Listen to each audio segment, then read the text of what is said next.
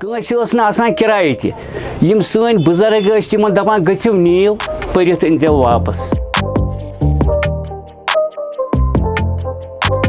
بڑے بچے ہوتے تھے جو بڑے کلاسوں میں ہوتے تھے تو جو ان کے چھوٹے بچے ہوتے تھے وہ ان کی کتابیں یوز کرتے تھے.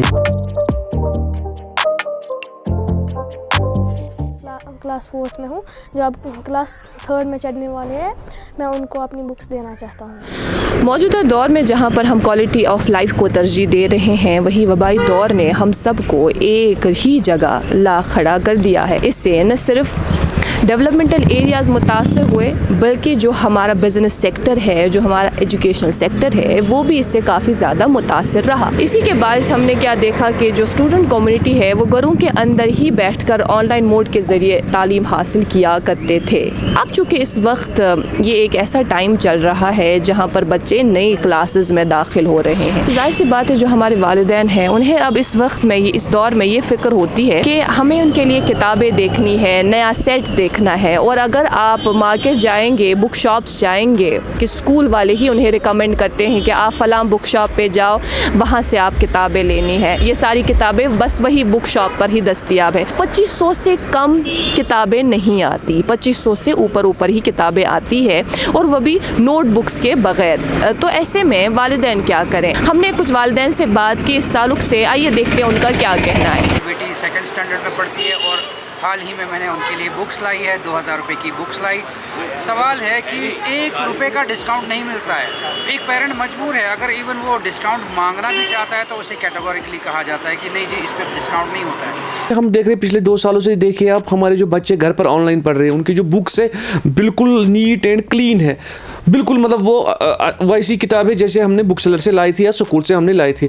ایک دور تھا جب تعلیمی اداروں کی اور بزنس کی نگاہ سے نہیں دیکھا جاتا تھا بلکہ وہاں سے علم حاصل کرنا ہے فقط اس نگاہ سے دیکھا جاتا تھا. یوں مانے جیسے کوئی بچہ 4ویں جماعت میں تھا اور اس نے وہ کلاس جو ہے پاس کر دی اور پھر وہ 5th کلاس میں داخل ہوتا ہے تو اس کی وہ کتابیں کسی ضرورت مند کے ہاتھ اگر لگتی تو بہتر رہتا. جس زمانے میں ہم اسکول میں تھے 80s میں, اس زمانے میں یہ نارمل تھا کہ آپ جب اپنا امتحان مکمل کرتے تھے آپ کی کتابیں ضائع نہیں ہوتی تھی. آپ کے بعد والے دوسرے کلاس کے جو بچے تھے آتے تھے اور کہتے تھے کہ یہ جو کتابیں ہیں یہ محفوظ رکھ لیں, یہ ہمارے بچوں کے کام آئے گی. جو کتاب کا سیٹ ہوا کرتا تھا اس کی ہاف قیمت دیتے تھے.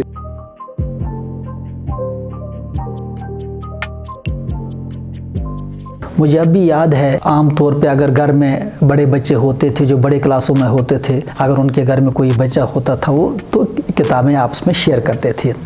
عام طور پہ یہ بھی ہوتا تھا کہ اگر کسی بچے کے پاس 7th کی کتاب ہے, 6th والا اس کے پاس جا کے اس کو کچھ پیسے دے کے 50%, 60%, 30%, یہ ایک کلچر تھا جس میں سے واقعی ایجوکیشن کو ایجوکیشن سمجھتی ہوئی اس کو پھیلایا جاتا تھا. دریا گنج جایا کرتے تھے یہ جو ہے دلی میں, وہاں سے بھی وہ کتابیں وہاں پہ دکانداروں کے پاس نئی کتابوں کے ساتھ ساتھ اس سے زیادہ تعداد میں پرانی کتابیں ہوتی تھی.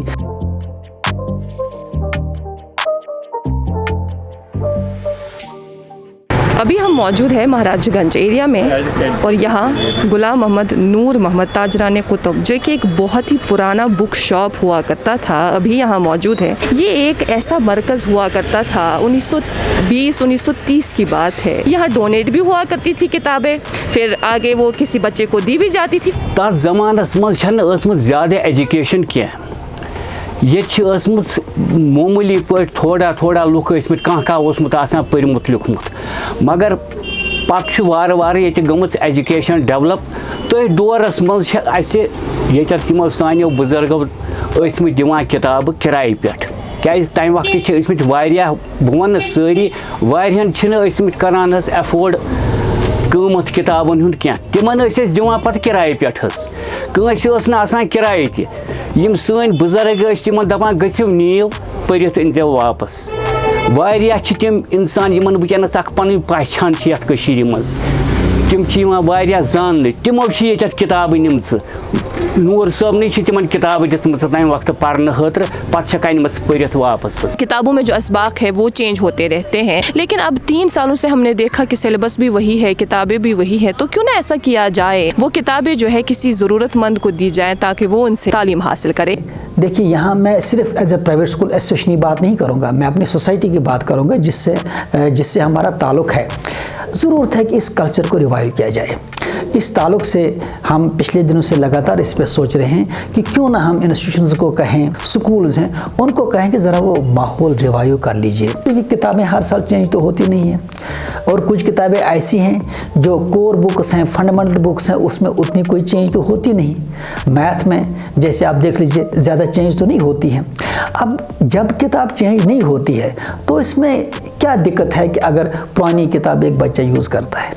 اب دیکھیے نا, جب نئی کتابیں بنتی ہیں تو کتنے پیڑ کاٹے جاتے ہیں ان کتابوں کے لیے تاکہ وہ پیپر حاصل کیا جائے, پھر ان کو پرنٹ کرنا پڑتا ہے. جو پریشرز کاغذ کے ایک بہت ہی ایکولوجیکلی انوائرمنٹلی ایک بہتر ڈیسیجن تھا, کیونکہ آپ کو جتنی کتابیں چھاپنی ہیں آپ کو اتنا کاغذ چاہیے اور آپ کو جتنا کاغذ چاہیے اتنے درخت آپ کو کاٹنے پڑتے ہیں. پیرنٹس پرائیویٹ اسکول ایسوسیشن والے ہیں, ان کو چاہے ایک پورٹل وہ بنائے یا ایک ایپ بنائی جس پر پرانی کتابیں ایکسچینج ہو.